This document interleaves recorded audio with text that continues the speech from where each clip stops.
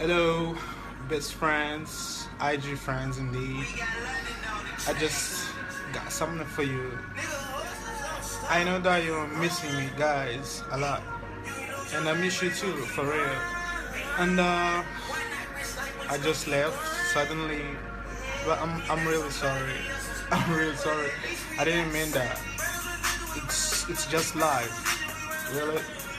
And the thing is, stop worrying about me. I'm fine. I'm okay, as you see. And I'm running life now.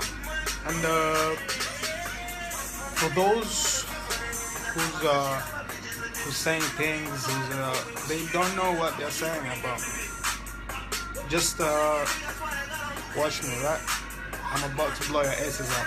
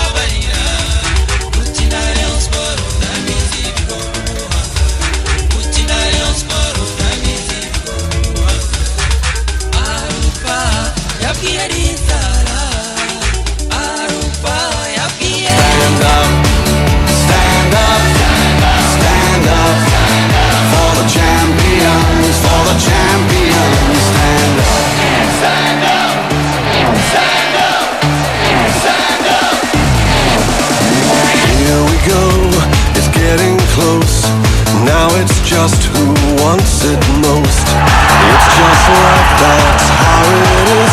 'Cause we have our strengths and weaknesses. Oh,